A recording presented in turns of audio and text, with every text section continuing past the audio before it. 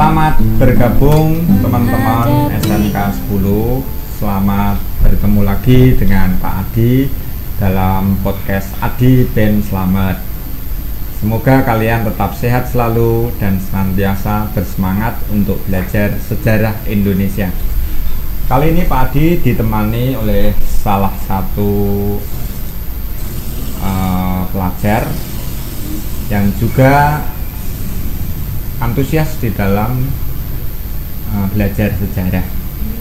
Siapa dia? Dia bernama Sony.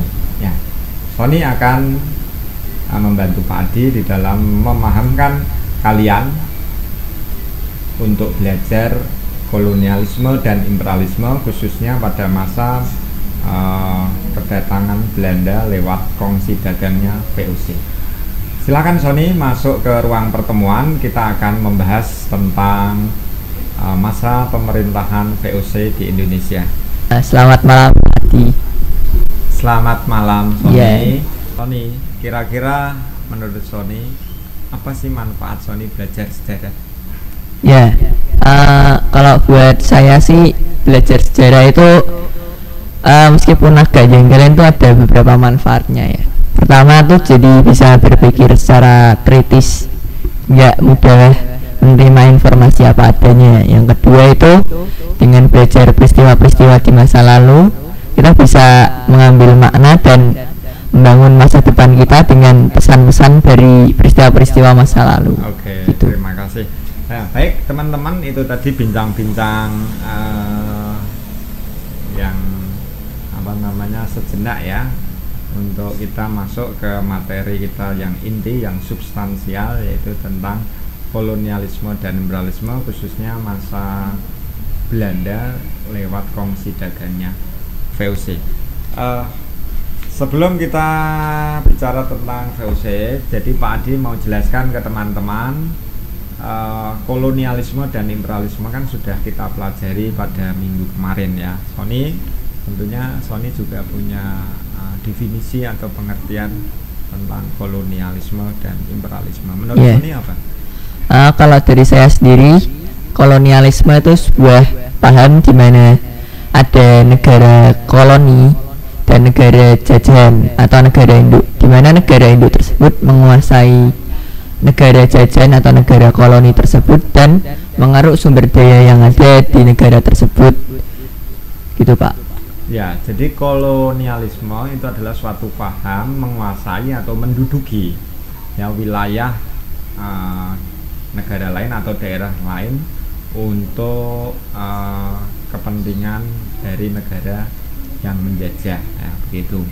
Sedangkan imperialisme itu lebih kepada penguasaan daerah atau negara lain untuk kepentingan politik dan kepentingan ekonomi. Jadi ada dua, imperialisme kuno dan imperialisme modern.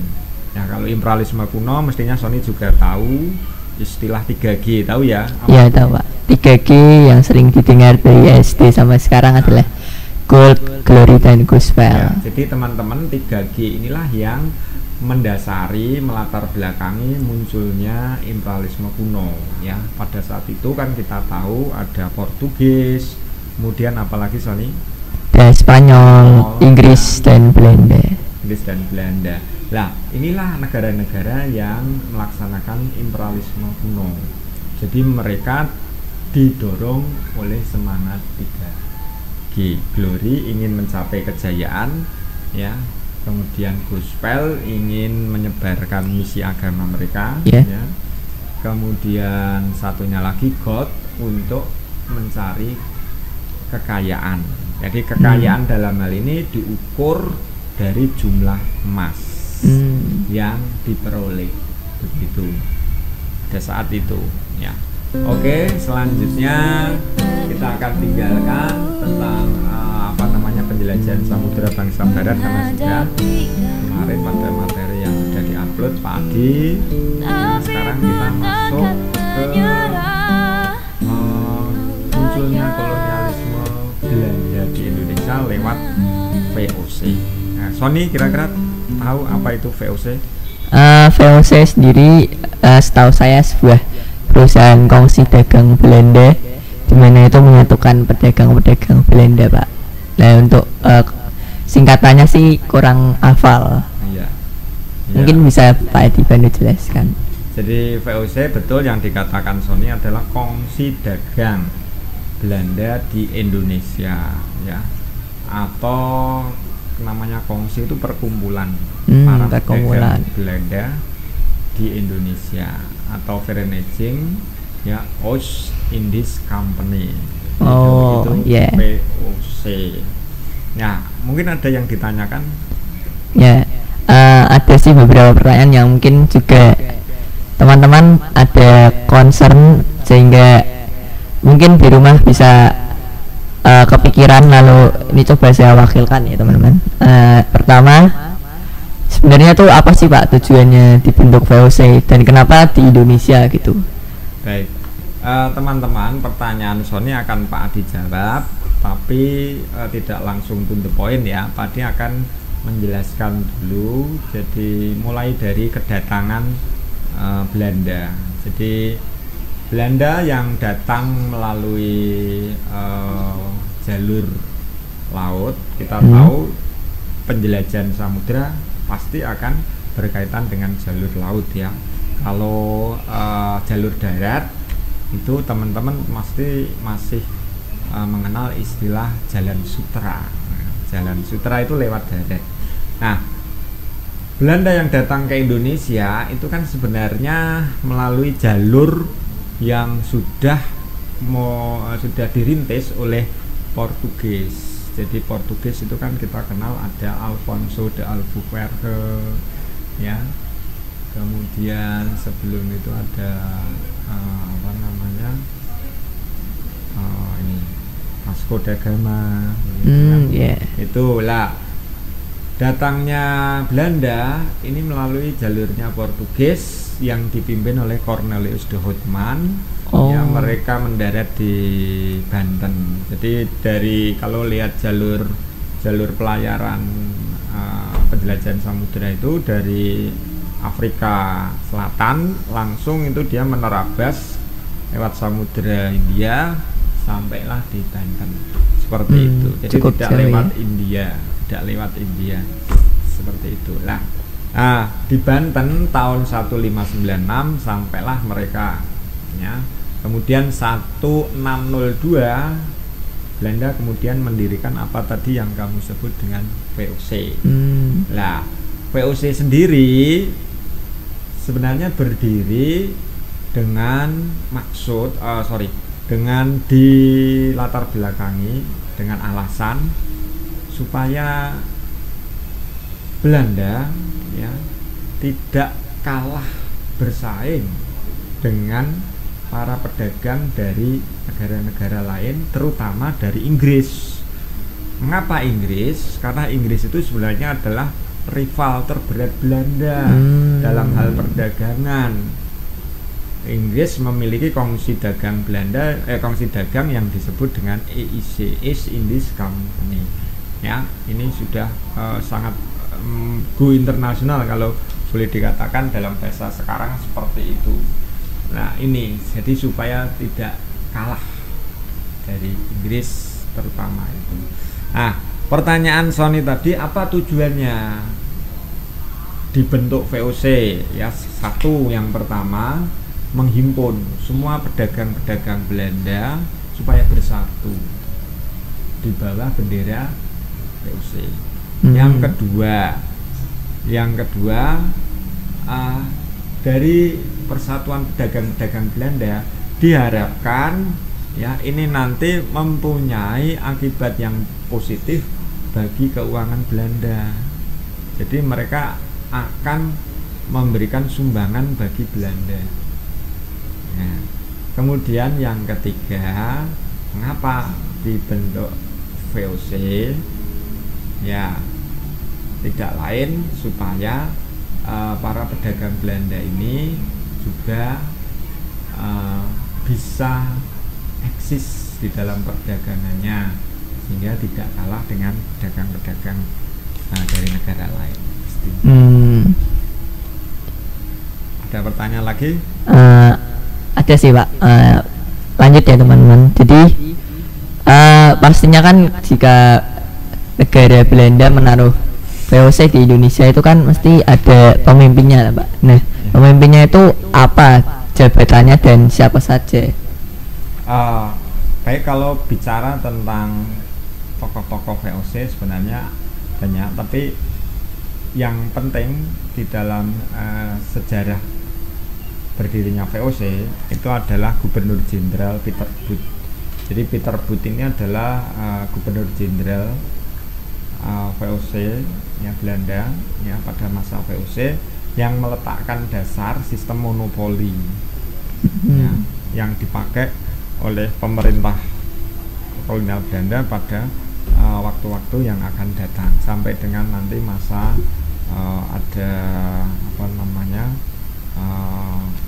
Daendels, kemudian pada masa tanam paksa kita mau Vandenbosch dan begitu, ataupun yang lainnya Janssen gitu.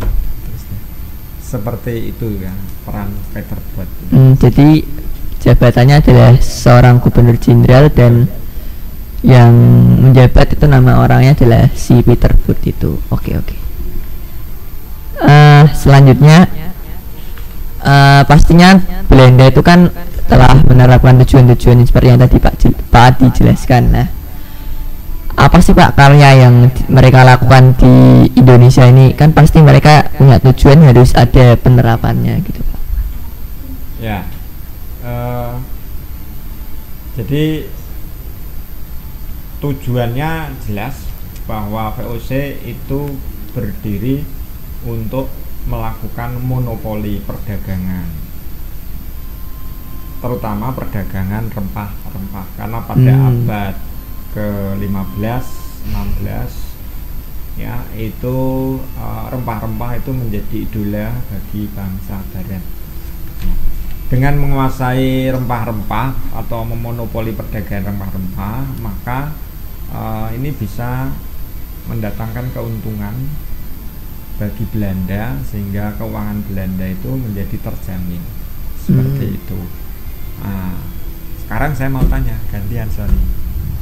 Pak. Kira-kira dalam rangka mencapai tujuannya yaitu memonopoli perdagangan tadi, ya monopoli itu artinya apa Sony? Menurut saya monopoli itu sebuah sistem kita menguasai bisa perdagangan, bisa pemerintahan di suatu negara Pak. Apakah benar begitu Pak? Ya, monopoli itu sebenarnya tidak lepas dari menguasai, tapi monopoli itu lebih ke arah usaha untuk menguasai, ya menguasai segala sesuatu sehingga pedagang-pedagang di luar bangsa Belanda atau pedagang-pedagang dari bangsa lain itu tidak diperbolehkan. Ini namanya monopoli. Jadi monopoli lebih ke arah segala sesuatu harus dengan aku, gitu. Kalau tanpa aku tidak boleh, ya loh. Harus dijual ke aku. Yang lain mau menjual ke pihak lain tidak boleh. Nah, ini namanya monopoli. Oh iya. Gitu. Terima kasih. Teman-teman, kalau teman-teman sudah tahu monopoli, lalu tujuan yang ingin dicapai oleh Belanda dalam kaitannya melakukan monopoli itu banyak caranya. Ini yang perlu diketahui ya. Jadi untuk mencapai monopoli itu banyak cara yang dilakukan Belanda. Yang pertama, Belanda mempunyai yang disebut dengan hak oktroy. Apa itu hak oktroy? Hak oktroy itu menurut yang saya ketahui sebuah hak di mana negara Belanda itu memberikan hak kedaulatan kepada VOC untuk berkuasa dan ibaratnya menjadi seperti negara di Hindia Belanda gitu. Ya, apakah benar Pak? Dengan dengan kata yang singkat, singkat kata, hak oktroy itu hak istimewa. Oh, hak istimewa. Hak istimewa. Jadi hak istimewa ini yang membuat ya Belanda sendiri, ya, kemudian VOC sendiri, kemudian diterapkan oleh VOC sendiri, dilaksanakan VOC sendiri. Jadi semua serba kayak di rumah sendiri, padahal mereka adalah bangsa lain, bangsa pendatang, bukan tuan rumah. Lah ini karena kita dalam konteks dijajah, ya, begitu. Ya, jadi betul tadi, jadi hak istimewa atau hak yang memberikan kedaulatan sendiri, gitu. Ada bentuk-bentuk hak oktroy itu monopoli, kemudian ada kalau di Maluku itu ada yang namanya hongi tokten atau pelayaran hongi, itu bentuk monopoli juga, itu juga merupakan itu bentuk monopoli. Tapi kalau hak oktroynya selain monopoli misalnya adalah hak membuat pengadilan, hak membuat tentara, membentuk tentara, mungkin juga bisa memungut pajak, betul, ya, cetak mata uang sendiri, ya, kemudian mendirikan benteng-benteng pertahanan dan sebagainya dan sebagainya. Minimal teman-teman harus menyebutkan 4 kalau ada pertanyaan besok terkait dengan itu. Paham ya? Oke. Apalagi? Ya mungkin bisa untuk mengakhiri era VOC ini, maksudnya pembahasan VOC ini. Ya, sekarang mari kita berlanjut ke setelah VOC itu kan mereka pasti akan bubar ya Pak. Nah kenapa sih VOC itu bisa bubar? Padahal kan bisa dikatakan VOC ini sudah punya hak oktroy, sudah memiliki tindakan-tindakan monopoli yang buat mereka itu keren, tapi buat kita orang Indonesia itu pribumi itu menyiksa. Itu kenapa Pak bisa bubar? Ya, jadi kalau kita bicara mengenai suatu konsep di dalam sejarah, bahwa suatu bangsa, suatu negara, suatu organisasi pada awalnya itu kan akan tumbuh, kemudian berkembang mencapai puncak kejayaan, kemudian mengalami mengalami kelemahan, kemunduran, dan akhirnya bubar. Itu dalam istilah konsep pewayangan itu cokro manggilingan, gitu ya. Jadi memang itu berputar. Segala sesuatu ada awal dan akhirnya. Betul. Dalam konsep Romawi alfa dan omega. Ada yang awal, ada yang akhir, gitu kan. Seperti itu. Seperti halnya VOC tadi. Jadi VOC itu mulai tumbuh, kemudian mencapai kejayaan, dan mencapai kejayaan mereka sudah kemudian mengeksploitasi yang nama sumber daya manusia, sumber daya alam, terutama rempah-rempah dibawa ke Eropa banyak sekali, tapi kemudian mengalami kemunduran. Oleh karena apa? Oleh karena satu, banyak pegawai VOC yang kemudian mengalami korupsi, begitu ya. Kemudian korupsi ini akhirnya membawa beban bagi keuangan negara. Kemudian selain korupsi, munculnya perlawanan-perlawanan pada masa VOC. Ini jelas menguras keuangan Belanda. Jadi seperti diketahui ya, pada masa VOC itu ada misalnya itu ada pertempuran Sultan Agung ya, kemudian ada pertempuran Untung Suropati dan sebagainya. Ini juga menguras keuangan Belanda sehingga membawa VOC ini menjadi beban bagi pemerintah saat itu sehingga dibubarkan. Ini salah satu atau diantara alasan-alasan mengapa VOC bubar. Seperti itu Son. Setelah itu apa yang terjadi Pak setelah VOC bubar? Apakah setelah itu Belanda digantikan oleh penjajah lain atau bagaimana? Ya, bubarnya VOC ini juga tidak lepas sebenarnya dari keterkaitan peristiwa politik yang terjadi di Eropa atau kita sebut sebagai konstelasi politik. Jadi di Eropa pada saat itu akibat revolusi Prancis, ya kita tahu revolusi Prancis di bawah Napoleon Bonaparte, ya teman-teman harus tahu ya, Napoleon Bonaparte di dunia maya, di internet itu ada Napoleon Bonaparte, tetapi Napoleon Bonaparte yang saya maksud bukan itu ya, tapi Napoleon Bonaparte seorang tokoh sejarah Prancis yang mampu menggulingkan Louis ke-16 yang diktator, kemudian menjadikan Prancis negara yang merdeka, yang republik dengan semboyannya liberté, égalité dan fraternité. Itu dilambangkan dalam bentuk bendera Prancis ya. Benderanya warnanya biru, putih dan merah, itu, secara vertikal. Iya. Secara vertikal atau secara vertikal.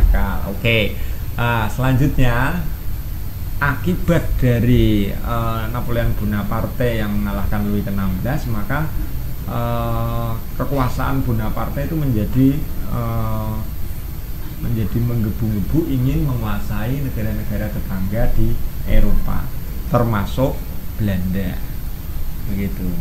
Nah, akibatnya setelah VOC bubar, ya, maka Belanda yang kalah di Eropa menyebabkan kalah dari Prancis, menyebabkan kekuasaan Belanda di Indonesia ini dikuasai secara tidak langsung oleh Prancis, sehingga Prancis kemudian mengirim kaki tangannya, yaitu orang Belanda ya, untuk menjadi gubernur jenderal di Indonesia. Namanya adalah Herman William Dendels. Masa setelah VOC bubar sampai dengan masa pemerintahan Dendels, yaitu 1811, inilah yang disebut dengan masa Republik Batak. Oh iya. Gitu. Lihat teman-teman bisa membacanya di buku paket. Itu ada masa Republik Batak. Jadi Sony, yang dimaksud masa pemerintahan Republik Batak itu adalah masa pemerintahan Prancis yang secara tidak langsung menguasai di Indonesia melalui orang-orang Belanda. Itu singkat kata salah satunya lewat Dendels sebagai gubernur jenderal. Itu ya teman-teman, apa itu Republik Batak pengertiannya. Nah, sekarang kita lanjut lagi. Tadi sempat disinggung oleh Pak Adi, ada suatu tokoh yang mungkin kita familiar, yaitu Herman Willem Dendels, yang mungkin banyakkan orang mengetahuinya lewat adanya Jalan Pantura. Orang-orang biasanya menceritakan atau menurunkan sebuah cerita yang mengatakan Jalan Pantura itu sebuah jalan yang merupakan hasil Herman Willem Dendels. Ya, Pak, jadi sebenarnya apakah William Dendels itu hanya membuat jalan atau apa sih kebijakannya yang ada di Indonesia? Ya, baik, soalnya mari kita mengurangi ketegangan, kita minum dulu. Oh iya. Mohon maaf teman-teman, ini kita supaya tidak terlalu tegang. Jadi begini, Dendels yang berkuasa sejak 1807 sampai dengan 1811 ini adalah gubernur jenderal yang boleh dikata kejam gitu ya. Kejam. Kenapa? Karena nanti salah satu kebijakan Dendels ini menerapkan apa yang disebut kerja paksa. Kerja rodi. Atau kita kenal sebagai rodi. Roti ya. Kalau rodi enak, kalau rodi itu menderita. Membuat kita menderita ya. Nah, orang-orang pribumi ya, nenek moyang kita menderita. Salah satu dari kebijakan Dendels yang sampai sekarang ini dikenang, yaitu pembuatan jalan dari Anyer sampai Panarukan. itu berarti kalau kita kelompokkan itu masuk pada bidang pertahanan. Ya, pertahanan. Mengapa disebut itu bidang pertahanan? Karena jalan Anyar sampai Panarukan itu disebut juga jalan pos.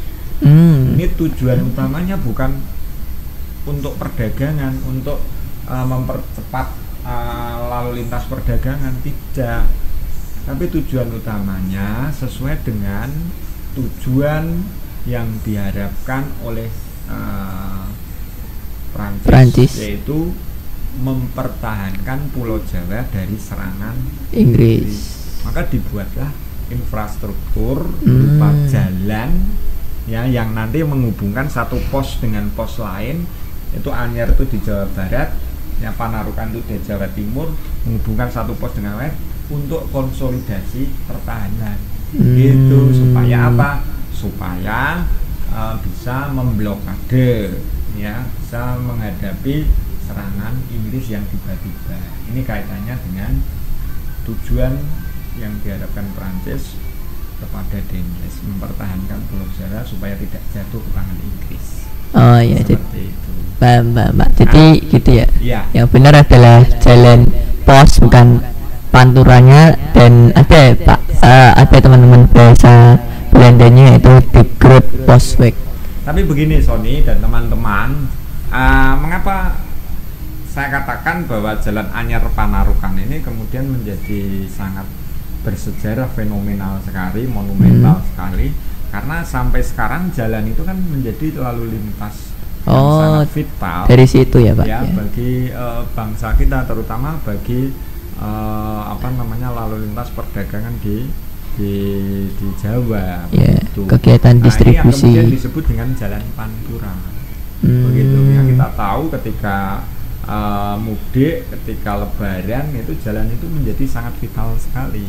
Nah kan pada perkembangan berikutnya kalau kita tarik ya teman-teman, berkaitan dengan kepemimpinan Jokowi sekarang, Jokowi tidak lagi berharap Jalan Pantura menjadi jalan yang satu-satunya jalan protokol. Maka dibuatlah jalan-jalan tol, jalan-jalan penghubung yang lebih mempercepat lalu lintas perdagangan atau mobilisasi orang seperti itu. Ini kehebatan Jokowi. Ya, oke. Selain itu ada nggak sih Pak perannya Dendles di bidang selain pertahanan? Ya, ada sebenarnya. Tapi teman-teman, saya mau menceritakan lagi. Barangkali kalau teman-teman nanti berjalan-jalan di daerah selatan Jawa, teman-teman juga akan mungkin bingung, loh kok ada jalan Dendles. Jadi di arah dari Jogja sampai ke arah Kebumen itu ada jalan Dendles juga. Nah, jangan dikaburkan dengan istilah Dendles yang satu ini, karena jalan Dendles itu sesungguhnya hanya Pantura itu dibuat oleh Dendles. Artinya dibuat masa pemerintahan Dendles ya, bukan artinya Dendles yang buat sendiri. Nah itu dibuatnya dengan cara melaksanakan kebijakan kerja Rodi Yogja Paksa, sehingga bisa dikatakan ini jalan yang berdarah-darah kan begitu. Sedangkan jalan Dendles yang ada di bagian selatan Pulau Jawa antara Jogja sampai dengan Kebumen, itu Dendles yang tidak ada kaitannya dengan Gubernur Jenderal Dendles. Itu jalannya lempeng lurus terus gitu. Seperti itu tambahannya. Tadi pertanyaan sorry yang berikutnya adalah terkait dengan selain bidang pertahanan. Ya, selain bidang pertahanan tentunya tadi saya sebutkan kebijakan Dendles di bidang pertahanan itu membuat jalan itu, kemudian membentuk benteng, membuat benteng pertahanan itu juga dilakukan ya, gudang-gudang senjata ya. Ini dalam rangka mempertahankan Pulau Jawa dari serangan Inggris, pelabuhan-pelabuhan laut yang itu. Kemudian di bidang politik ya, ini membagi wilayah Jawa menjadi beberapa prefektur. Itu yang sekarang bisa disebut ada istilah karesiden dia Pak.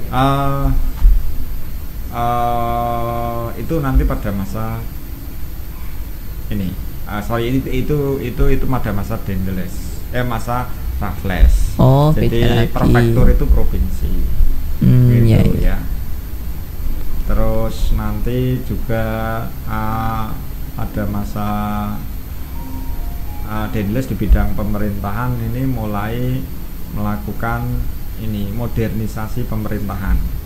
Seperti apa itu, Pak? Modernisasi pemerintahan itu misalnya ada bupati diangkat menjadi pegawai pemerintah ya, pegawai pemerintah, atau sekarang namanya kalau namanya ASN, aparatur sipil negara gitu ya. Nah, jadi pegawai pemerintah langsung digaji oleh pemerintah kolonial itu pada masa Dendles. Kemudian mulai ada struktur organisasi, struktur pemerintahan yang ala barat seperti itu. Ada istilah ini yang namanya tadi saya sebutkan, ada provinsi yang gitu kan. Nanti ada karisidenan itu pada masa berikutnya, nanti ada kawedanan dan seterusnya. Nah, ini model-model struktur pemerintahan barat. Oh iya. Iya. Oke teman-teman, karena waktu sudah menunjukkan terlalu lama, baiknya kita mengakhiri ini. Silakan Pak Adi untuk menutupnya.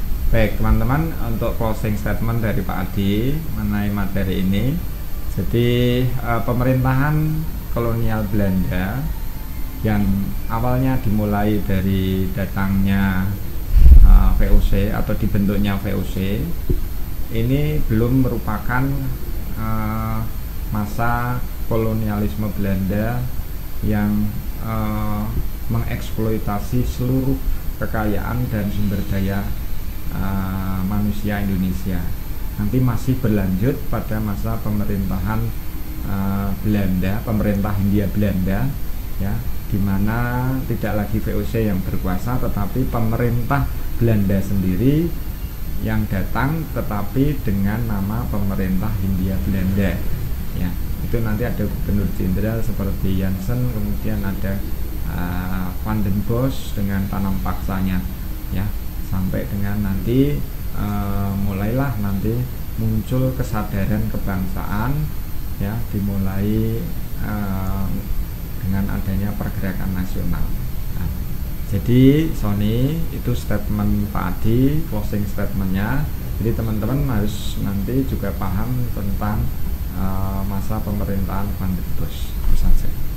Ya teman-teman, terima kasih telah mendengarkan dan menyaksikan podcast bersama Pak Adi Ben Slamet di podcast Adi Ben Slamet Podcast. Nah, untuk itu kalian tetap semangat belajar dan semangat mempelajari sejarah, karena sejarah itu adalah peristiwa yang penting untuk dipelajari. Dan oh ya, jangan lupa kata-kata dari presiden kita, yaitu jas merah, jangan melupakan sejarah. Terima kasih teman-teman, sampai berjumpa di podcast selanjutnya.